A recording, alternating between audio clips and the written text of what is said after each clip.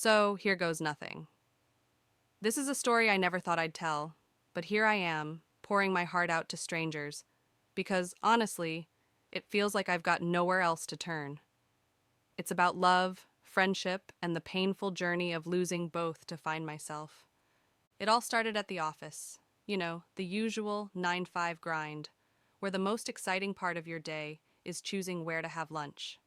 My best friend Mia and I had been inseparable since we joined the company on the same day. We were like two peas in a pod, navigating through deadlines, office politics, and the occasional happy hour after work. Enter Ethan, the new guy.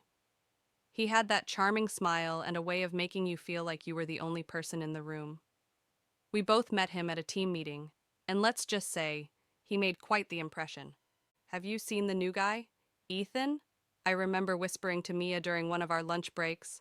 Oh my God, yes, he's so dreamy, she gushed, and we both giggled like schoolgirls. It was all fun and games until I started noticing the way Ethan looked at Mia. Or was it the way Mia looked at Ethan? Suddenly, our casual conversations about him took on a new edge, a hint of something more serious beneath the surface.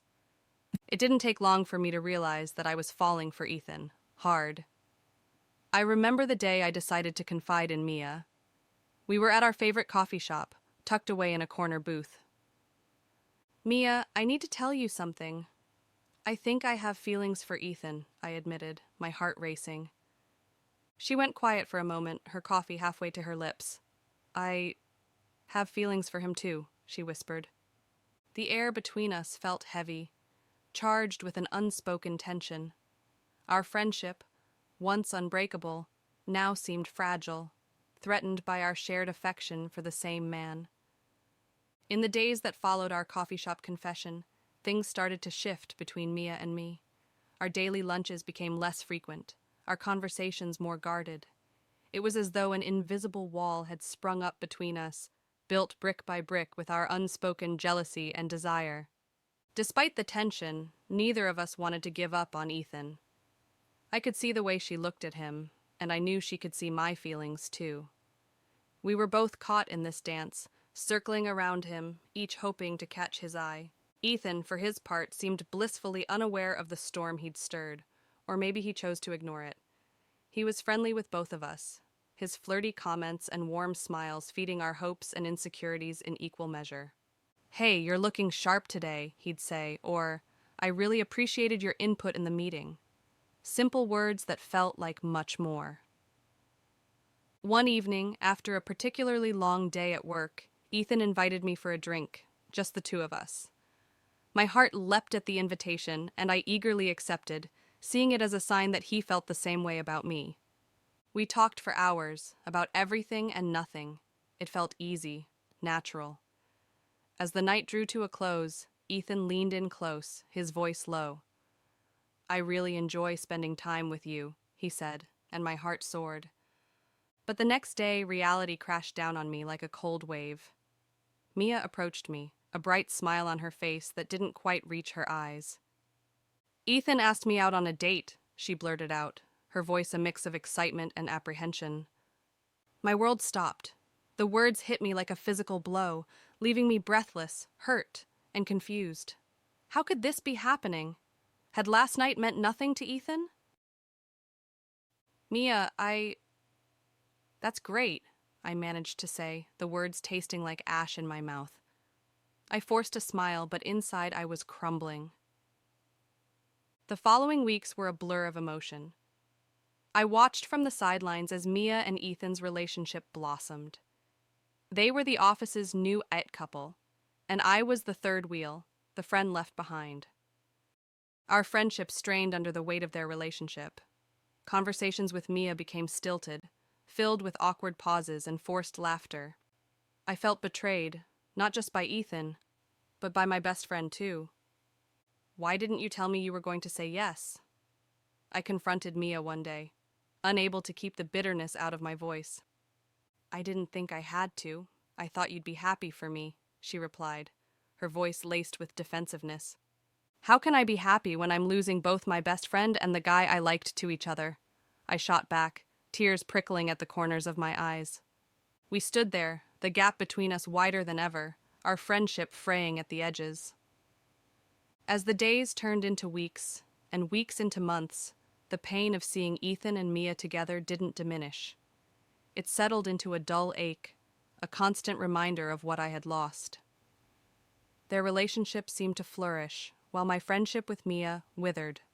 Our interactions became so superficial that we might as well have been acquaintances. The turning point came unexpectedly. It was late. The office had long since emptied.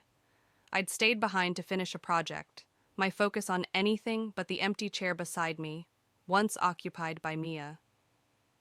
That's when Ethan walked in, his face serious, the usual lightness in his step absent. "Can we talk?" he asked, his voice betraying a hint of nervousness I hadn't heard before. I nodded, my heart racing. Was this it? Was he going to tell me he made a mistake? That it was me he wanted all along? He took a deep breath. "I know things have been weird, between you, Mia, and me.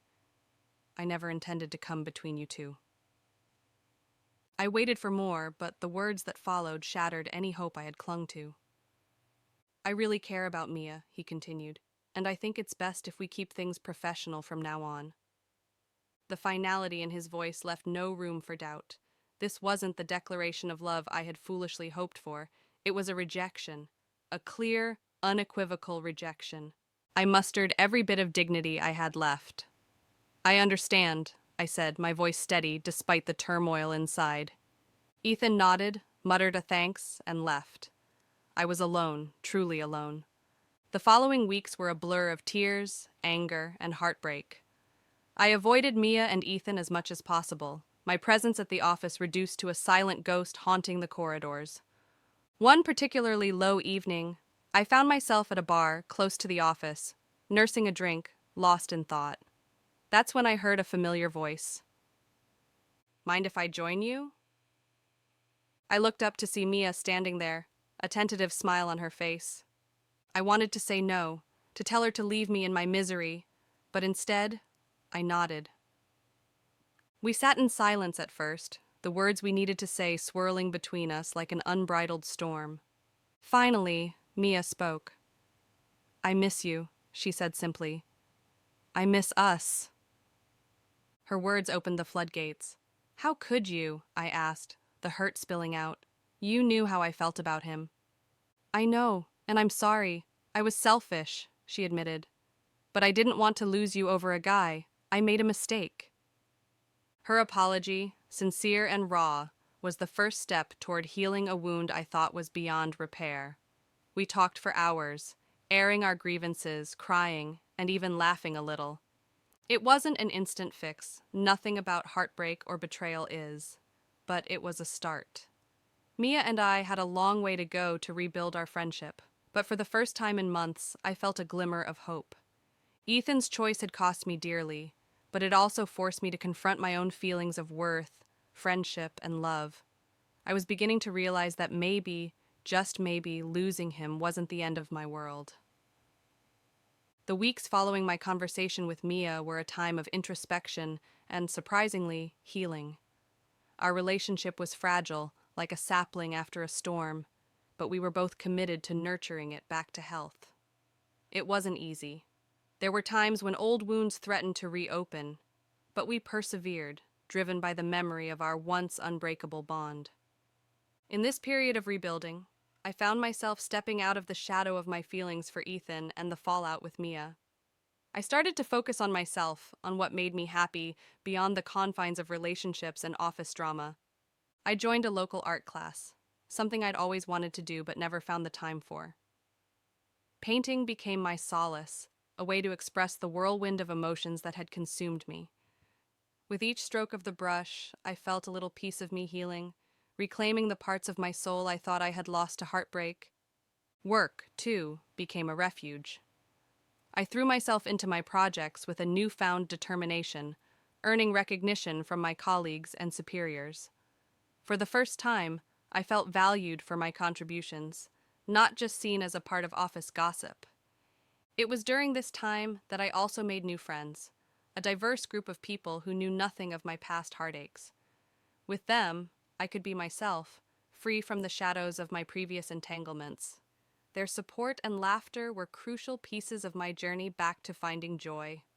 Mia and I continued to mend our friendship, albeit slowly. We shared our dreams and fears, our conversations no longer overshadowed by the presence of Ethan. It was a different dynamic, more mature and perhaps a bit more cautious, but it was real and honest. Through this journey, I learned a lot about myself. I discovered strength I didn't know I had, resilience in the face of pain, and the importance of forgiveness. Forgiving Mia was not about condoning what had happened. It was about freeing myself from the burden of bitterness and moving forward. I also learned to let go of Ethan. I realized that my feelings for him, while genuine, had been amplified by the competition and drama of the situation. In his absence, I found a sense of peace and self-worth that didn't rely on the affection of someone else. This period of self-discovery and healing was not a straight path. There were setbacks, days when the weight of loneliness felt unbearable, but each step forward was a victory, a testament to my ability to overcome. As the months passed, my life settled into a new rhythm, one marked by personal growth, career achievements, and a deepened sense of self.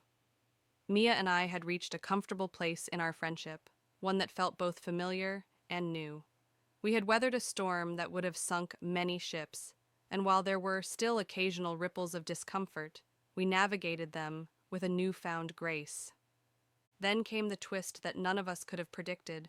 During a routine company meeting, a major announcement was made. Our company was merging with another, bringing in a slew of new faces, challenges, and opportunities.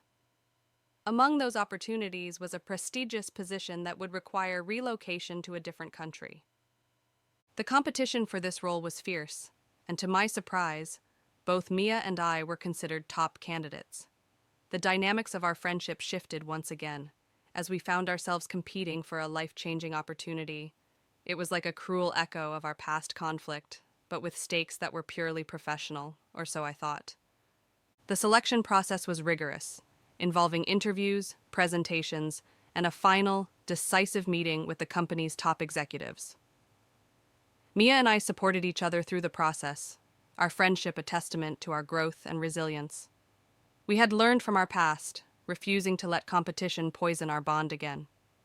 On the day the decision was to be announced, the office was buzzing with anticipation.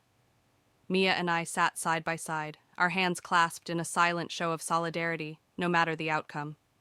And then, in a turn of events that felt like something out of a movie, the company announced not one, but two positions were available.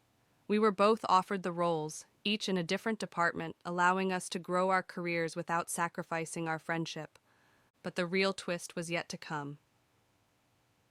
On our last day in the local office, before embarking on our new roles abroad, Ethan approached us.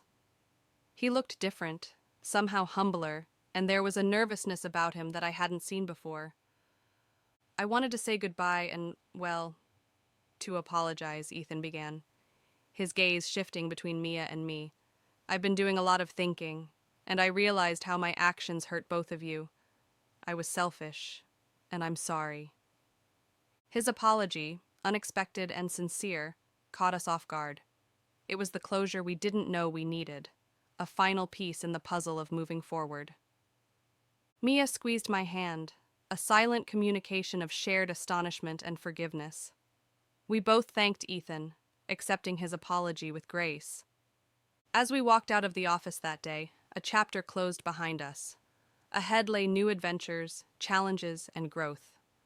Our friendship had survived the ultimate test, emerging stronger and more profound. We were stepping into the future, not just as colleagues, but as friends who had learned the true value of forgiveness, resilience, and unconditional support. In the end, the twists and turns of life had brought us to a place of understanding and acceptance.